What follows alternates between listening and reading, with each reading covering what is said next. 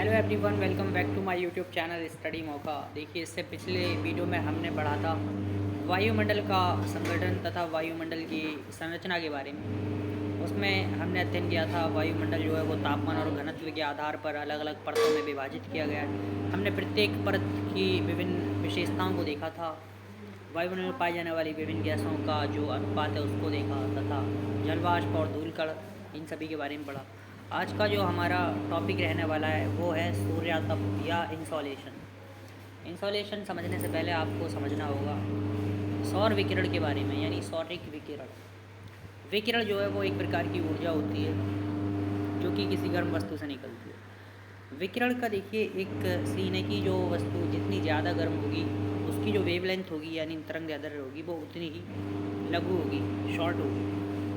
तो सूर्य जो है वो काफ़ी गर्म है, इसलिए सूर्य से लघु तरंग दैर्ध्य के रूप में जो विकिरण निकलता है उसको सौर विकिरण बोलते हैं। तथा पृथ्वी के पृष्ठ पर जब ये सौर विकिरण आता है तो इसको बोलते हैं हम सूर्यातप यानी इंसोलेशन। इनकमिंग सोलर रेडिएशन इसकी फुल फॉर्म होती है। तो लघु तरंगों के रूप में पृथ्वी की ओर आने वाला सौर विकिरण क्या कहलाता है? सूर्यातप। पृथ्वी पर पहुंचने वाला जो सूर्य तप होता है उसकी मात्रा सूर्य से विकिरित ताप से बहुत कम होती है, क्योंकि पृथ्वी सूर्य से बहुत छोटी है और ये सूर्य से बहुत दूर भी है। इसके अलावा देखिए वायुमंडल में जो मौजूद जलवाष्प है, जिससे हमने पिछले अध्याय में पढ़ा, धूलकण, ओजोन तथा अन्य गैसें जो हैं वो सूर्य तप की मात्रा को सोख लेती हैं, एब्जॉर्ब कर लेती हैं। तो पृथ्वी क्या है? देखिए पृथ्वी की ऊर्जा का जो प्रमुख स्रोत है वो सूर्य है तथा पृथ्वी की ओर आने वाला जो सौर विकिरण है उसको सूर्यातप कहते हैं। अब जो सूर्यातप है, इंसोलेशन है, उसको प्रभावित करने वाले कारक। सूर्यातप में पाई जाती है भिन्नता, और इसके क्या कारण, कौन कौन से कारक हैं जो सूर्यातप को प्रभावित करते हैं उनके बारे में पढ़ते हैं। देखिए, सूर्यातप की मात्रा जो है वो पृथ्वी की सभी जगह पर समान नहीं है, अलग अलग पाई जाती है। पृथ्वी पर जो है इसकी स्थान और समय समय पर सूर्यातप की मात्रा अलग अलग होगी।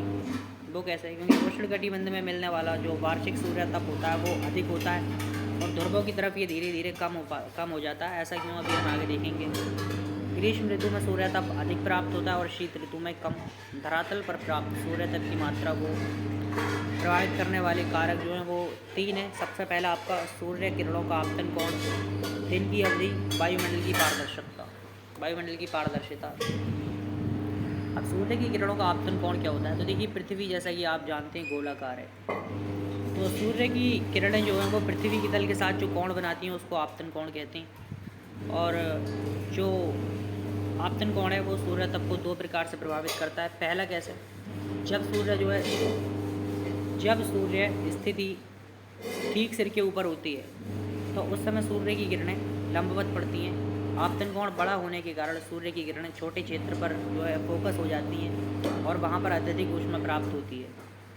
और यदि सूर्य की किरणें तिरछी पड़ती हैं तो आपतन कोण छोटा होता है और इससे सूर्य की किरणें बड़े क्षेत्र पर फैल जाती हैं और उनसे वहाँ क्या होता है? कम ऊष्मा प्राप्त होती है। यानी कि जो आपका नति कोण है या आपतन कोण है वो अधिक बड़ा होगा तो जो किरणें होंगी वो एक फोकस क्षेत्र पर पड़ेंगी, इस प्रकार से। और यदि ये कोण बड़ा होगा तो सूर्य की किरणें जो हैं वो छोटा होगा तो जो है वो कम क्षेत्र पर पड़ेंगी और हमें कम सूर्यातप प्राप्त होगा। अब देखिए, अगला है वो कैसे प्रकार, तिरछी किरणों को सीधी किरणों, यानी कि तिरछी किरणें जो होती हैं वो सीधी किरणों की अपेक्षा वायुमंडल में अधिक दूरी पार करके धरातल पर पहुंचती हैं। सूर्य की किरणें जितना अधिक लंबा मार्ग पर है इनकी ऊष्मा जो वायुमंडल द्वारा एब्जॉर्ब कर ली जाती है और कुछ जो है परावर्तित कर दी जाती है। इसी कारण एक स्थान पर तिरछी किरणों से लंबवत किरणों की अपेक्षा कम सूर्यातप प्राप्त होता है। यानी जहाँ किरणें तिरछी पड़ेंगी वहाँ पर सूर्यातप की मात्रा कम प्राप्त होगी और वहाँ जहाँ आपकी लंबवत पड़ेंगी वहाँ पर सूर्यातप की मात्रा अधिक प्राप्त होगी। जैसे कि आप इसमें देख सकते हैं, ये मान लीजिए पृथ्वी का तल है, तो अगर किरणें लंबवत आएंगी तो उनको जो है वो एक कम क्षेत्र में जो है पड़ेंगी और वहाँ पर सूर्यातप अधिक प्राप्त होगा। लेकिन यदि वो तिरछी आती हैं तो फिर उनको जो है थोड़ा अधिक क्षेत्र पर पड़ती हैं वो, और वायुमंडल में भी अधिक दूरी तय करनी पड़ती है, जिस वजह से उनकी जो ऊष्मा है वो एब्जॉर्ब कर ली जाती है। दिन की अवधि कैसे प्रभावित करती है? तो दिन की अवधि जो है वो अलग अलग स्थान और ऋतुओं के अनुसार जो है परिवर्तित होती है। जैसा कि इंडिया का आप देखें तो ग्रीष्म ऋतु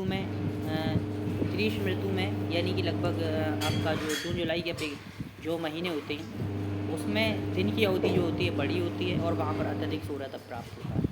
तथा शरद ऋतु की बात की जाए तो वहाँ जब फिर जो है रातें बड़ी होती हैं, दिन छोटे होते हैं, जिस वजह से सूर्य तप की मात्रा कंपैरेटिवली ग्रीष्म ऋतु में अधिक ग्रीष्म ऋतु की अपेक्षा शीत ऋतु में कम सूर्य तप की मात्रा प्राप्त होती है। वायुमंडल की पारदर्शिता कैसे प्रभावित करती है? तो देखिए जो वायुमंडल है वो धरातल पर मिलने वाली सूर्य तप को मात्रा प्रभावित करता है। वो कैसे? बादल और उनकी गहनता, धूलकण तथा जलवाष्प जो हैं वो सूर्य तप को परावर्तित कर सकते हैं, अवशोषित करते हैं या स्थानांतरित करते हैं। घने बादल सूर्य तप को धरातल पर पहुंचने में बाधा डालते हैं, जबकि बादलों रहित साफ आकाश जो है वो धरातल पर सूर्य तप पहुंचने में बाधा नहीं डालता। इसी कारण साफ आकाश धरातल पर सूर्य तक पहुंचने में इसी कारण जो है वो साफ आकाश की अपेक्षा बादलों से घिरे आकाश के समय सूर्य तप कम मिलता है। जलवाष्प भी सूर्य तप को अवशोषित कर धरातल पर उसकी प्राप्ति की मात्रा कम कर देती है, यानी वो भी सूर्य तप को एक प्रकार से देखा जाए अवशोषित कर लेती है। धरातल पर प्राप्त निष्कर्ष ये है कि धरातल पर प्राप्त सूर्य तप की प्राप्ति की मात्रा सूर्य की किरणों का आपतन कोण, दिन की अवधि, वायुमंडल की पारदर्शिता पर निर्भर करती है।